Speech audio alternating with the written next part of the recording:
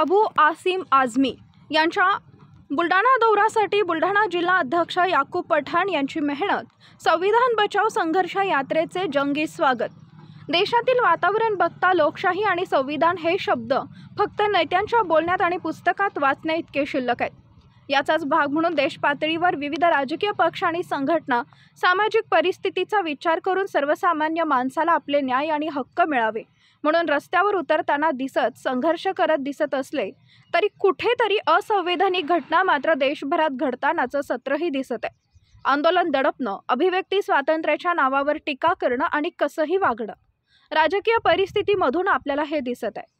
याला आळा बसावा म्हणून आणि ज्या संविधानावर आपल्या देशाचे भवितव्य आहे त्याचा पाया कायम राहावा यासाठी आज बुलढाणा जिल्ह्यात संविधान बचाव संघर्ष यात्रेचे आमदार अबू आसिम आझमी समाजवादी पार्टीचे महाराष्ट्र प्रदेश अध्यक्ष यांचे बुलढाणा जिल्ह्यातील विविध ठिकाणी संविधान बचाव संघर्ष यात्रेचे आयोजन करण्यात आले होते।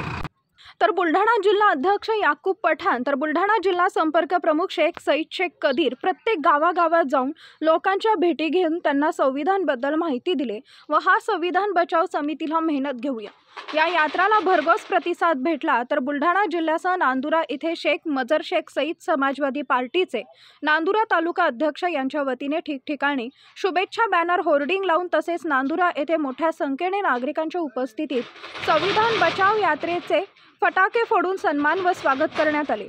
यावेळी प्रामुख्याने समाजवादी पार्टीचे महाराष्ट्र अध्यक्ष आमदार अबू आझमी, प्रवेशभाई सिद्दीकी, महाराष्ट्र अध्यक्ष महिला सभा मायाताई चौरे, महाराष्ट्र प्रदेश सभा उपाध्यक्ष वर्षाताई ताथरकर, महाराष्ट्र प्रदेश सदस्य लियाकत खान, बुलढाणा जिल्हा महिला अध्यक्ष उमाताई बोसरे, जिल्हा संपर्क प्रमुख शेख सईद शेख कदीर, नांदुरा तालुका अध्यक्ष शेख मजर शेख सईद, शेख अजहर शेख तोहीद यांच्यासह शेकडो पदाधिकारी, कार्यकर्ता व नागरिकांची उपस्थिती होती। महाराष्ट्रातील महत्त्वाच्या व ताज्या घडामोडी जाणून घेण्यासाठी आजच आमच्या सूर्या मराठी न्यूज चॅनलला सबस्क्राइब करा आणि बेल आयकॉन प्रेस करा।